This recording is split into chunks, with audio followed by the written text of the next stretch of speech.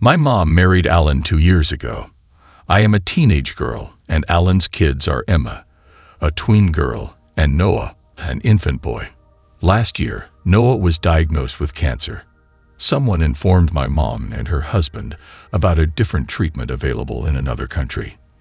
This treatment could be more beneficial for Noah than those available in the US. However, my mom and Alan couldn't afford it, so they've been taking him for treatment here while saving for the overseas treatment. They made significant cutbacks, asking Emma and me to contribute any money we received to help afford this. They have saved about 70% so far, resulting from cutting out a lot. We have very basic meals. Our internet has been canceled, and we don't celebrate our birthdays or Christmas since we started saving. Any money that comes into the house goes to essentials or the treatment fund. My dad died 9 years ago, but my paternal family remained a part of my life. They know what's happening and have been buying me little treats and taking me out to eat when they can. They also give me money every couple of weeks, which I've been hiding, knowing I would be told to give it up. I carry it everywhere because Emma tends to snoop and tell her dad. She's asked me why I don't babysit to help make more money for her brother. She would work if she could, but she's only 11. I spent some of the money from my grandparents over the weekend. I got my haircut, bought my best friend a gift for her birthday, and got some food. I also spent time at my dad's grave. My mom noticed my haircut and asked where the money came from. When I lied, saying my grandparents took me, she realized I was lying as they were out of town. So I told her they gave me the money. Mom said a haircut was unnecessary and called me selfish. Alan overheard and scolded me, saying the family needs to pull together for Noah. Emma also found out and was upset. Then my mom ran into my best friend's mom, who mentioned the gift I gave. Alan and my mom sat me down and scolded me for spending money on others instead of saving it for Noah. Alan asked how I could prioritize a meaningless gift over Noah's life. I retorted that it wasn't my job to pay for Noah's treatments and that I was already sacrificing a lot. I admitted the money came from my paternal family. Who has nothing to do with them? I responded, emphasizing that they needed to let it go. Alan called me a selfish little witch and told me I should be ashamed of my repulsive behavior. Now, Emma keeps telling me I'm a bad person. Am I the idiot for not contributing toward my stepbrother's treatment fund? Not the idiot. Go live with your grandparents if you can. I thought, it's a way to help them save money for Noah, and I wouldn't ever go back. I understand being worried about your kid, but to deprive the other kids of a normal youth just to send him somewhere else is too much. Do they not realize that this is just to send him there, not mentioning the cost of the stay? Also, it's very likely that this treatment in another country is a scam. Speaking from personal experience, there are unfortunately a lot of quacks who prey on the desperate parents of sick children. But honestly, there probably isn't a point in telling them that because I doubt they will listen. I had a brother with cancer, and it's incredibly hard on parents to watch their children suffer like that. But that doesn't give your parents a free pass to abuse you. I bet $10 says it isn't even medical treatment, but some alternative scheme in Mexico or Thailand. There's almost certainly a good reason why it isn't available in the USO. I guarantee if they have a college fund for me, it's already gone or in the fund for Noah. Probably any inheritance from my late father was in my mother's hands, and Social Security is probably received for me. I do feel badly that a young child is so ill, but that's not an excuse to sacrifice my well-being or even that of Noah's sister. Definitely not the idiot. I hope you find a way to be away from your toxic family. I, a 21-year-old female, have 3 older brothers. My brother, 32, is married, and his wife is 30. Our parents are lawyers. Mom was still working full-time when my brothers were born. They were little then. They had me, and my mom, who always wanted a girl, decided to switch to a stay-at-home mom, and later on, she started working part-time when I started school. I think I was a little bit more sheltered than my brothers, but I think that's just because I'm a girl and not because our parents love me more. I've seen it with my friends' parents as well. I'm also married and a stay-at-home mom. My husband and I have an infant baby boy. Well, now the conflict. This happened last week at my nephew's birthday party. At one point, I asked everyone if they minded if I nursed my baby there, or if I should go to one of the bedrooms to do it. Everyone was fine with it, so I just followed through, and we continued talking. I'm only breastfeeding my son. I don't pump milk or give him formula. My sister-in-law asked me about it, and I told her that I just prefer to do it like this. My son's pediatrician says that he's healthy and doesn't need formula, so I like breastfeeding. Well, my sister-in-law thought that it was very offensive. How I said that I liked it sounded as if I didn't understand my privilege of being able to do it. She said, "Of course you like it, because you don't do anything else all day than have your kid in your arms and breastfeed." I honestly felt like that came out of nowhere, and I asked her why she was saying that. She told me she's tired of hearing me talk about how wonderful motherhood is because I'm just a glorified housewife, and I talk like being a mother is the easiest thing in the world, just because I don't work, and I don't do most of the housework. I told her that every time I talk about motherhood, I do it from my perspective. It's not my fault that other women don't enjoy it as much as I do. I am giving my opinion, and that's all. Well, she started calling me out on my privileges and said I'm just a silly girl who doesn't understand the world. I got angry and replied to her. On top of what my sister-in-law was saying, my brother started telling me to stop with that spoiled brat attitude and that I needed to face the real world. He insisted on how privileged and spoiled I am by our parents and my husband. My husband intervened, and my brother, and he argued too. My parents also tried to say that my sister-in-law's attack was uncalled for. My husband and I left, and so did my parents. About half an hour after I left, I received a text from my brother saying that everyone was uncomfortable and some people had left his son's birthday party because I can't take criticism. He also noted that my nephew is severely upset with me. My husband and parents are very obviously on my side, and so are my friends. Although one of them told me that maybe my sister-in-law is stressed out because of her job and taking care of her children, and as another mother, I should be more understanding. However, my brother and sister-in-law accused me of trying to steal the spotlight from my nephew again and said I'm rude for defending myself. Oh boy, projecting like this. Your sister-in-law should get a job with IMAX, I thought. You are not the idiot. If you insult someone in your home, of course they will leave, yet your sister-in-law and brother are surprised. If I were treated that way, I'd never darken their door again. Stealing the spotlight from your nephew for breastfeeding is seriously messed up. What a sick perspective. Maybe that's why people left. They were uncomfortable with what they were saying and arguing, not that you made them uncomfortable.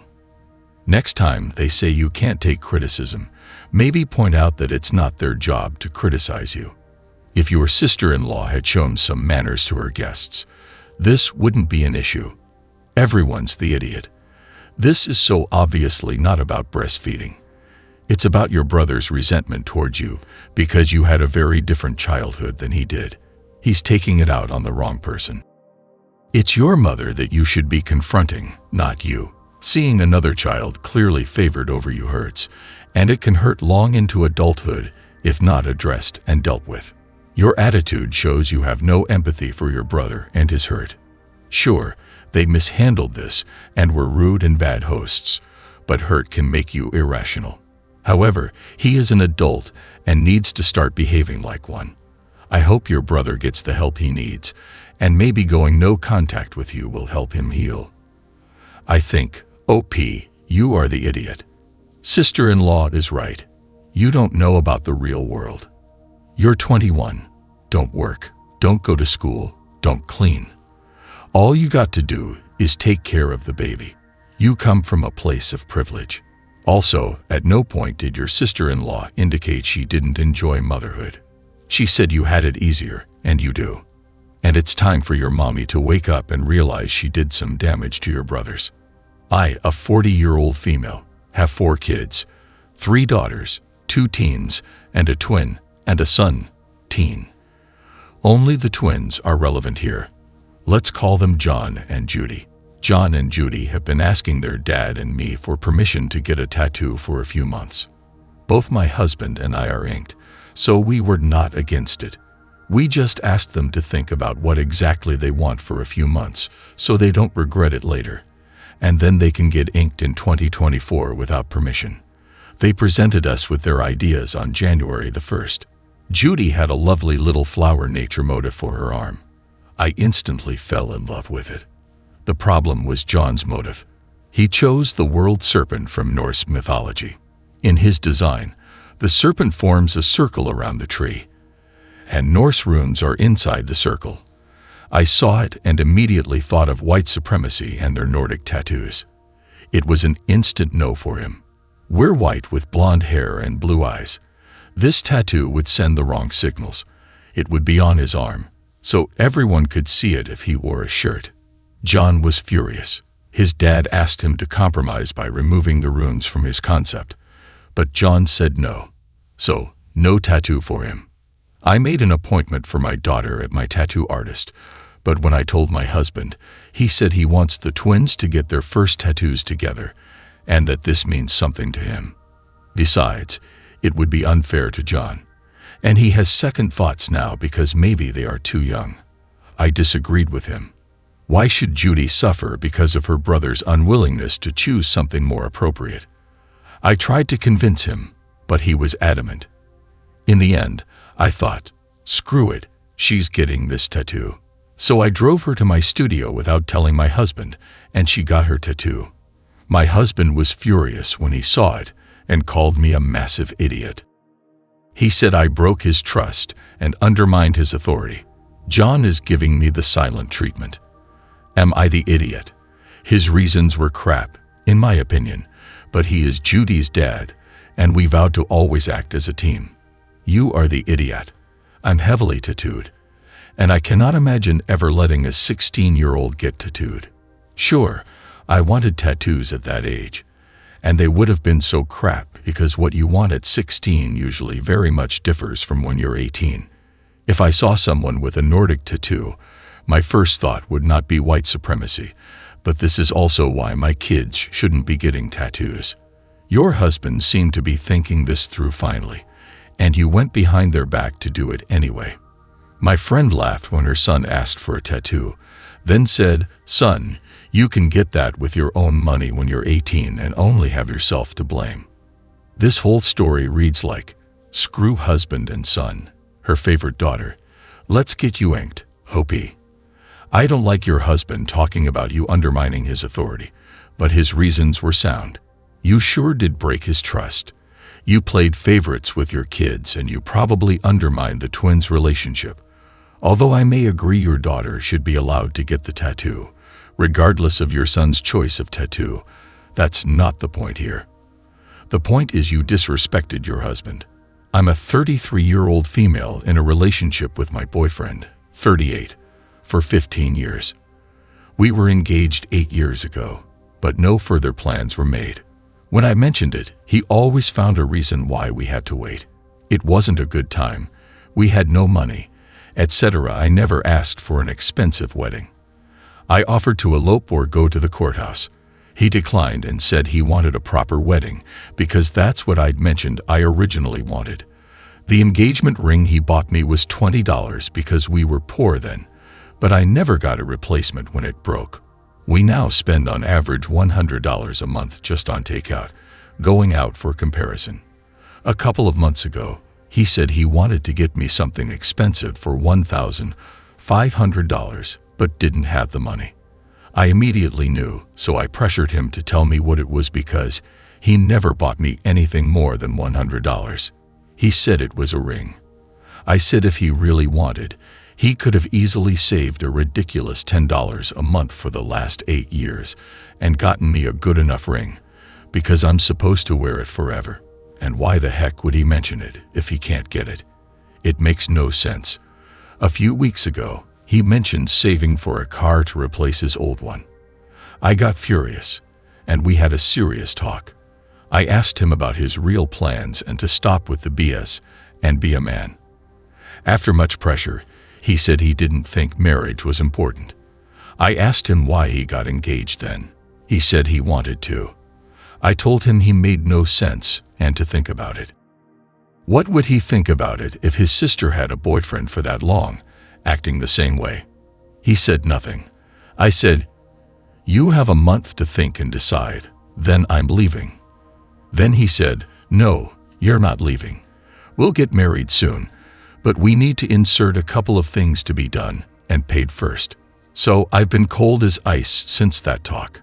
I'm not arguing or acting mad. I'm a roommate, not a girlfriend. I'm barely kissing him once a day. No intimacy. It hurts me because I love him. I feel lonely, but I don't want to act like everything is okay and ignore the elephant in the room. I feel hurt and rejected, so now I'm rejecting him as well. He complained a few times and asked why I was doing this. He genuinely doesn't get why I treat him like this. So, am I the idiot? Not the idiot. But after all this, do you want to marry him? Like, really? He lied to you. He knew what you were craving and gave you just enough to keep you around. He does not care about you or your feelings. He could have been honest. He could have started an open conversation. He could have looked for a compromise. He didn't, not in 15 years. Lady, do him and yourself a favor and take a hard and honest look at the thing you call a relationship, maybe with the support of a counselor, and ask yourself if this is really what you want. You deserve a partner who cares about your dreams and will support you to make them come true. Exactly. You can do better. He cannot just leave. Why wait for a ring in marriage if it's forced? You'll always know he only married you because you forced him. It's not love. It's just a way to make you care for him when he gets old. So, leave. Find someone who truly appreciates you. Seriously, a $20 engagement ring from a grown-up man. He bought her silence for 8 years for only $20. I feel for I do. But I really wish people had more self-respect. You shouldn't have to beg someone to marry you. I don't think I could stomach being married to someone I had to threaten into being with me. Update. We live in his house. I do own property of my own that I rent out. No debt. We have savings for emergencies, so not rich, not poor either. No, I do not want to marry him just to cheat and divorce and get half of it. As someone suggested, I make more than he does, so I don't need his money. No, he doesn't cheat. I never asked for an expensive ring. He was the one to mention it in the first place. It could be a $100 ring, but no. He mentioned a $1,500 one, and then proceeded to tell me he couldn't get it in the same sentence. I'd respect anyone who clearly says marriage isn't for them. That's honest. My issue is when a man asks a woman to marry him, says multiple times he wants to marry, then states marriage is not important. Yes, he wants to have kids with me, even without being married, and has mentioned it multiple times. But I was clear early on that I would not have kids until I'm married. That's my personal preference, and he was aware and agreed. He could have said no. I'm not using lack of intimacy to force or blackmail him to marry me. It's just how I feel now, so I'm acting based on these feelings. I have to think hard about our future.